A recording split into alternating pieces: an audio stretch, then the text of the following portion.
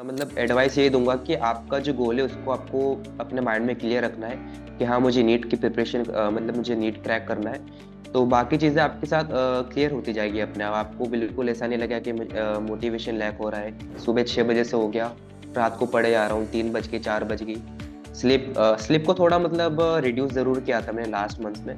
But ये बिल्कुल advice नहीं करूंगा, स्लिप को आपको पूरा रखना है, 8 घंटे 9 घंटे की पूरी स्लिप रखनी है। बहुत सारे लोग क्या करते हैं कि फिजिक्स पहले कर लेते हैं, तो उससे क्या होता है उनका टाइम बर्बाद हो जाता है। जो मतलब इजी टॉपिक इजी सब्जेक्ट होते हैं ये, तो आप उनको पहले करिए। स्पेशली अगर आप सेल्फ स्टडी कर रहे हैं तो कंसिस्टेंट रहना बहुत ज़रूरी है। अगर आप कंसिस्टेंट नहीं है, अगर एक दिन पढ़ा आपने एक दिन नहीं पढ़ा, तो वो बिल्कुल भी हेल्पफुल नहीं रहेगा।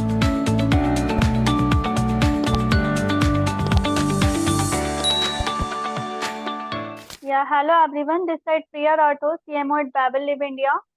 So here we are welcoming Manas Banwar.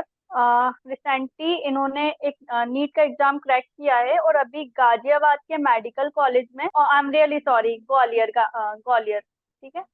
तो hello yeah no Manas, problem. Welcome to our podcast at Babel live India. तो मानस, या स्टार्ट करते हैं आपकी एकेडमिक जर्नी से। कैसी रही आपकी जर्नी? यहाँ तक का सफर आपका कैसा रहा? कैसी रही आपकी प्रिपरेशन? क्या क्या किया आपने? ओके, तो मेरी प्रिपरेशन जो है वो मैंने 11th से स्टार्ट की थी। नीट की ओके। प्रिपरेशन जो है, मतलब सीरियस प्रिपरेशन वैसे 12th से की थी। 11th में मेरे पास इतना गाइडेंस नहीं था। तो मैं ओके। जो है मेन फोकस मेरा एनसीईआरटी रहा। मतलब जो मेरे सीनियर्स थे उन लोगों ने बताया था कि एनसीईआरटी को मतलब लेकर चलना, उससे नीट जो है क्रैक हो जाएगा। तो मतलब इसी तरह एनसीईआरटी को फॉलो किया, टेस्ट देता रहा और वैसे ही मतलब प्रिपरेशन करता रहा। और इसी तरह मैंने मतलब 12th में एक सब्सक्रिप्शन भी लिया था, एक फिजिक्स वाला नाम से एक है। तो उसके थ्रू मैंने मतलब पूरा प्रिपरेशन किया मेरा 12th का। ओके, सो मानस, जैसे कि मैंने सुना है कि आपने विदाउट ड्रॉप अपने रेगुलर स्कूल रूटीन के साथ आ, ये एग्जाम क्रैक किया है, जो कि नीट का सबसे बड़ा मेडिकल एग्जाम होता है ये। तो आपने अपने yes yes. Regular school routine के साथ टाइम कैसे मैनेज किया? प्रिपरेशन के लिए सेल्फ स्टडी कैसे आपने मैनेज की? टाइम मैनेजमेंट मैं मानता हूँ कि एक आर्ट होता है। और मतलब ये ओके। एक्सपीरियंस से आता है। अगर आप जैसे करते जाओगे तो टाइम मैनेज हो जाता है। मेरा शेड्यूल ऐसा रहता था कि ओके। मतलब मैं सुबह स्कूल जाता था 8 से 2 बजे तक। और फिर 2 से फिर जो है मतलब स्टडी शुरू कर देता था। स्कूल का जो काम होता था स्कूल में कर लेता था, ताकि मतलब घर पे उसका कुछ लोड ना आए। बाकी घर पे पूरा नेट का प्रिपरेशन करता था। जो भी लेक्चर्स वगैरह होते थे वो करता था। नोट्स बनाता था, जो भी क्वेश्चंस आते थे रेगुलर वो करता था। और ऐसे मतलब 2 या 3 बज जाते थे, फिर सो जाता था। इसी तरह पूरा जो है शेड्यूल रहता था मेरा। तो इस तरह मतलब टारगेट रहता था डेली डेली का। तो टाइम अपने आप मैनेज हो जाता था। ओके, तो मानस, ड्यूरिंग योर नीट प्रिपरेशन आपने आपको कोई तो स्ट्रेटजीज होगी, कोई टेक्निक्स होगी जो सेल्फ स्टडी की, जो आपको बहुत ज्यादा हेल्पफुल लगी है? हाँ, स्ट्रेटेजीज मतलब ऐसे कोई पर्टिकुलर स्ट्रेटेजी तो फॉलो नहीं की थी। वही था कि लेक्चर देखो, नोट्स बनाओ, उसको रिवाइज करो, टेस्ट दो, उसको एनालाइज करो। बाकी जो स्टडी सेल्फ स्टडी होता है उसमें एक पोमोडोरो टेक्निक जो होती है वो काफी पॉपुलर होती है, तो वो मैं यूज करता था। ओके। उसमें मतलब क्या रहता है कि आपको 25 मिनट्स तक स्टडी करनी है सीरियसली कंटिन्यूसली, और 5 मिनट का आपको ब्रेक लेना है। तो इससे क्या होएगा कि ओके। आपका जो है ना दिमाग सेचुरेट नहीं होता है। आप लॉन्ग आवर्स तक वन सिटिंग में आप स्टडी कर सकते हो। सो पोमोडोरो टेक्निक जो है मैंने यूज करी थी। और एक और टेक्निक जो मतलब काफी हेल्पफुल रही, वो थी कि जो भी टॉपिक वगैरह जो मुझे लगता था कि याद नहीं हो रहा है, या मुझे इसमें डिफिकल्टी आ रही है रिमेम्बर करने में, तो उसका मैं वॉइस नोट बना लेता था। मतलब कि मैं उस चीज को अपने आप को एक्सप्लेन कर रहा हूँ, और मैं उसको वॉइस नोट बनाकर उसको मैं जब भी टाइम मुझे मिलता था उससे मैं सुन लेता था। उससे क्या है कि दिमाग के अंदर वो चीज, मेरी जो वॉइस थी वो फिट हो जाती थी। तो जब भी क्वेश्चन एग्जाम में आता ओके। था तो मुझे ऐसा लगता था कि मेरी वॉइस मुझे वो आंसर बता रही है। तो फटाफट वो चीजें हो जाती थी। तो आई थिंक काफी यूनिक थी, और ये टेक्निक मैंने काफी सारे टॉपिक्स के लिए यूज करी थी। तो बहुत सारे वॉइस नोट्स बनाए और उस मतलब उससे यूज करता गया पूरे साल। तो काफी सही रहा। काफी ज्यादा यूनिक स्ट्रेटेजी आपने जो है शेयर की हमारे साथ। जैसे कि आपका स्कूल टाइमिंग क्या रहता था, और फिर उसके बाद आप कितना आवर्स स्कूल देते थे अपनी सेल्फ स्टडी को? स्कूल टाइम था मेरा 8 से 2 बजे तक रहता था। और सेल्फ स्टडी के लिए मतलब आई गेस 4 to 5 आवर्स में देता था। जैसे 2 घंटे के लेक्चर्स रहते थे, 2 से ढाई या 4 घंटे तक। तो लेक्चर्स लेने के बाद कुछ 1 से 1.5 घंटे में नोट्स बनाता था। और फिर जो है पुराने टॉपिक्स हो गए या करंट टॉपिक्स जो चल रहे, उससे मैं मतलब पढ़ता था। तो ऐसे करते करते मतलब 9 से करीब 2 से ढाई बजे तक मैं पढ़ता था डेली। तो सेल्फ स्टडी वो होती थी। बाकी 4 से मतलब 8 बजे तक मैं लेक्चर्स वगैरह और नोट्स वगैरह का काम करता था। तो ऐसा मतलब डेली का शेड्यूल रहता था मेरा। ओके, तो मानस, जैसे कि आप भी जानते हो, यहाँ पे सभी जानते हैं कि in today's era social media का कितना ज्यादा अफेक्शन है हमारी लाइफ में, है ना। तो आपने खुद यस को यस। इससे कैसे बचाए रखा या खुद को मोटिवेट कैसे रखा अपनी सेल्फ स्टडी के लिए? सोशल मीडिया को मतलब आप पूरी तरह से आप निकाल नहीं सकते, क्योंकि मैं भी यूज करता था टेलीग्राम वगैरह व्हाट्सएप वगैरह यूज करता था। बाकी जो इंस्टा वगैरह है फेसबुक वगैरह है, ये सब मतलब दूर है इनसे। शुरुआत से मतलब मेरा ये था कि एक बार नीट हो जाए, एक बार मतलब बोर्ड्स वगैरह ये सब चीजें क्लियर हो जाए, उसके बाद इत्मीनान से वो सारी चीजें कर लूंगा। उसके लिए टाइम ही टाइम मिलेगा फिर। तो तब तक मैंने कोई अकाउंट नहीं बनाया था, मतलब वो चीज से दूर रहा। बाकी टेलीग्राम का यूज करता था, क्योंकि उसमें स्टडी ग्रुप्स वगैरह होते थे। तो उसमें डाउट्स वगैरह आते रहते थे। मैं भी कुछ डाउट बताता, मेरा कुछ डाउट रहता था तो दूसरे लोग बताते थे। तो टेलीग्राम का काफी यूज रहा। और व्हाट्सएप का भी मतलब अगर कोई सर है उनसे कुछ डाउट पूछ लिया या कुछ बात बात हो गई, तो बस उसके लिए इन दोनों चीजों का यूज करता था। ओके, तो Manas, as per my knowledge, NEET में 3 सब्जेक्ट रहते हैं, राइट? एक physics, chemistry and yes. Biology. तो एंड बायोलॉजी। आपका यस। सबसे, हाँ, या सबसे फेवरेट सब्जेक्ट क्या रहा है और सबसे चैलेंजिंग सब्जेक्ट क्या रहा है और उसे आपने कैसे ओवरकम किया?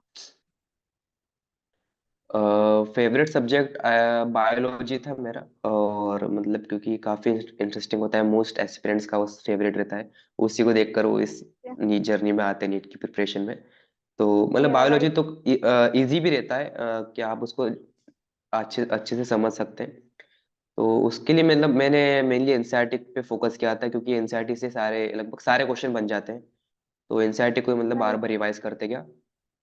और बाकी चैलेंजिंग मेरे लिए फिजिक्स था, क्योंकि मेरी मैथ्स इतनी अच्छी नहीं थी। तो उसमें थोड़ा सा मुझे मतलब डिफिकल्टी होती थी क्वेश्चन वगैरह सॉल्व करने में।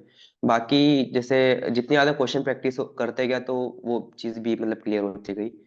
तो कुछ ट्रिक्स वगैरह होती है या शॉर्ट फॉर्मूलेस वगैरह होते हैं, उसके थ्रू मतलब फिजिक्स का भी कर लिया था मैंने।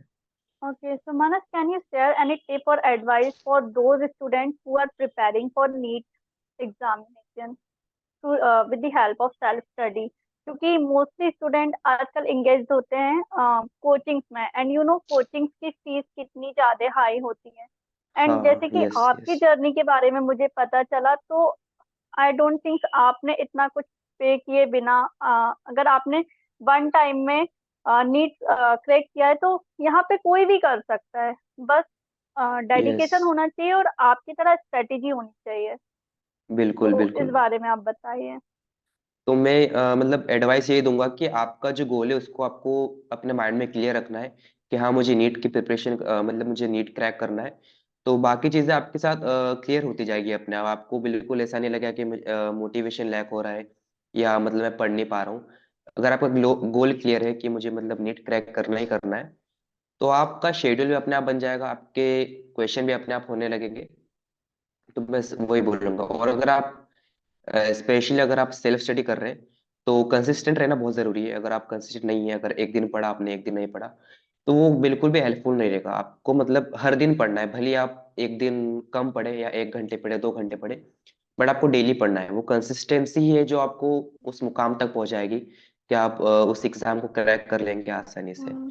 मेरा भी यही था कि कोई भी दिन मेरा ऐसे नहीं गया था कि मतलब जिसमें मैं ना पढ़ा हूँ। संडे के दिन तो स्पेशली बहुत ज्यादा पढ़ता था, क्योंकि क्योंकि एक तो ओके। रेगुलर स्कूलिंग थी, तो उसमें मतलब टाइम मैनेज करना थोड़ा सा मुश्किल होता था। तो संडे के दिन पूरा मतलब जाता था कि सुबह 6 बजे से हो गया, रात को पढ़े आ रहा हूँ 3 बज के 4 बज गई। स्लिप को थोड़ा मतलब रिड्यूस जरूर किया था मैंने लास्ट मंथ्स में। बट ये बिल्कुल एडवाइस नहीं करूंगा, स्लिप को आपको पूरा रखना है, 8 घंटे 9 घंटे की पूरी स्लिप रखनी है। या और बाकी यही था। और यही एडवाइस दूंगा मैं एक्सपीरियंस को। ओके, मैंने सुना है कुछ स्टूडेंट ये कंप्लेन करते हैं कि कोचिंग अफोर्डेबल नहीं है, हमने कोचिंग नहीं की, इसलिए हम आज नीट क्रैक नहीं कर पाए। So do you also think कि ऐसा है, बिना कोचिंग के नीट क्रैक नहीं हो सकता है? नहीं नहीं, ऐसा नहीं है। मैं तो एक छोटा सा एग्जांपल हूँ, मेरे से भी बहुत अच्छे अच्छे मतलब एग्जांपल है जिन्होंने बहुत अच्छे मार्क्स लाए, 650 प्लस 680, बिना कोचिंग के लाए। ओके। और वो भी मतलब ऑनलाइन राइट। प्लेटफॉर्म्स के थ्रू, या और कुछ लोगों ने तो बिना ऑनलाइन प्लेटफॉर्म के भी कर लिया था। मतलब कुछ होते हैं, या महान लोग होते ऑब्वियसली। हैं। तो मतलब वही बोलूंगा कि थोड़ा सा गाइडेंस होना चाहिए आपके पास। अगर आपके पास गाइडेंस नहीं है तो फिर वो सेल्फ स्टडी पे ना वो वेस्ट हो जाएगी। थोड़ा सा अगर आपके पास गाइडेंस है, ऑनलाइन के थ्रू है या ऑफलाइन के थ्रू है, तो फिर वो पूरी जर्नी आपकी स्मूथ हो जाएगी। बिना गाइडेंस के अगर आप सेल्फ स्टडी करेंगे, आपको समझ ही नहीं आएगा कि मुझे कब कौन सी चीज पढ़नी है या कौन सी चीज मुझे छोड़नी है।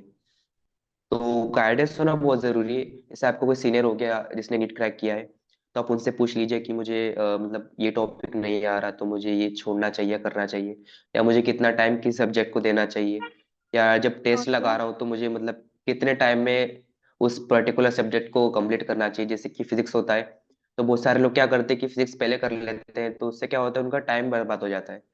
तो स्ट्रेटेजी होनी चाहिए कि आप बायोलॉजी केमिस्ट्री जो मतलब इजी टॉपिक इजी सब्जेक्ट होते हैं, तो आप उनको पहले करिए, फटाफट हो जाएगा। उसके बाद फिजिक्स में आप मतलब आराम से टाइम दीजिए। तो वही है कि आप गाइडेंस अगर रहेगी तो आप सही से सेल्फ स्टडी कर पाएंगे। और कोचिंग मतलब मैं बोलूंगा कि अगर आप अफोर्ड कर सकते हैं तो जरूर कीजिए, क्योंकि वो आपको मतलब डेडिकेटेड रखती है, कंसिस्टेंट रखती है कि हाँ मुझे कोचिंग जाना है, वहाँ पे क्लासेस करनी है, फिर मुझे घर आना है, टेस्ट देना है। बाकी अगर आप नहीं कर सकते अफोर्ड, तो सेल्फ स्टडी भी बहुत अच्छा ऑप्शन है। मतलब सेल्फ स्टडी तो करना ही है, कोचिंग वाले को भी करना है सेल्फ स्टडी, जो कोचिंग नहीं एक्चुअली कर रहा है मानस, उसको भी सेल्फ हमारा स्टडी जो करना है। प्लेटफॉर्म है बाइबल लिव इंडिया, ये प्रमोट यस करता है सेल्फ स्टडी को। और यस यस। स्पेशली हमारा यही टारगेट है कि हम सेल्फ स्टडी के थ्रू, मतलब बच्चा जितना सेल्फ स्टडी करेगा उतना ही अच्छा है उसके लिए। हमारा ये जी मानना है कि विदाउट जी। कोचिंग भी एग्जाम क्रैक हो सकता है। यस, तो बिल्कुल हाँ, जो बिल्कुल। बाइबल लिव इंडिया है, ये सेल्फ स्टडी को ही प्रमोट कर रहा है, सेल्फ स्टडी को ही ऑप्टिमाइज कर रहा है। तो ओके। आपके क्या थॉट्स है हमारे इस स्टार्टअप के बारे में? मेरे हिसाब से तो मतलब बहुत अच्छा स्टार्टअप है कि आप सेल्फ स्टडी को इतना ज्यादा प्रमोट कर रहे हैं। और करना ही चाहिए, क्योंकि सेल्फ स्टडी मतलब बहुत इंपॉर्टेंट है स्टूडेंट लाइफ के लिए। आप जितना ज्यादा आप खुद पे फोकस करेंगे, खुद के बारे में, और सेल्फ स्टडी से क्या होता है, आप खुद के बारे में ज्यादा अच्छे से जान पाते हैं कि मतलब मुझे क्या चीज अच्छे से समझ आती है, क्या चीज मुझे डिफिकल्ट लगती है, क्या चीज मुझे इजी लगती है। और मतलब सही है ये प्लेटफॉर्म जो आपका आपने स्टार्टअप किया है। तो मेरे हिसाब से तो मतलब बहुत बढ़िया चीज है। All the best. Okay, thank you so much. तो हमारा यही एक स्टार्टअप है बाइबल लिव इंडिया, जो कि हम्म। सेल्फ स्टडी को ऑप्टिमाइज कर रहा है। अभी रिसेंटली 10 दिसंबर को इंटरनेशनल ह्यूमन राइट्स डे के दिन हमने जो है बाइबल लिव इंडिया की लॉन्चिंग की है सक्सेसफुली भोपाल में। तो अभी ओके। ऑनबोर्डिंग स्टार्ट हो चुकी है लाइब्रेरीज की भी, ठीक है। अच्छा ताकि अच्छा। और कम्युनिटीज भी ज्वाइन कर सकते हैं। हमारा एक ऐप है, प्ले स्टोर पे मिल सकता है बाइबल लिव इंडिया करके। तो यही सब है, अच्छा। यही हमारा स्टार्टअप है। थैंक यू सो मच, आपने हमें ज्वाइन किया, अपना जो भी आपकी जर्नी उसके बारे में बताया। हमारी जो ऑडियंस है आपको सुनेंगे, इससे मोटिवेट होंगी। Thank you so much. Thank you thank you.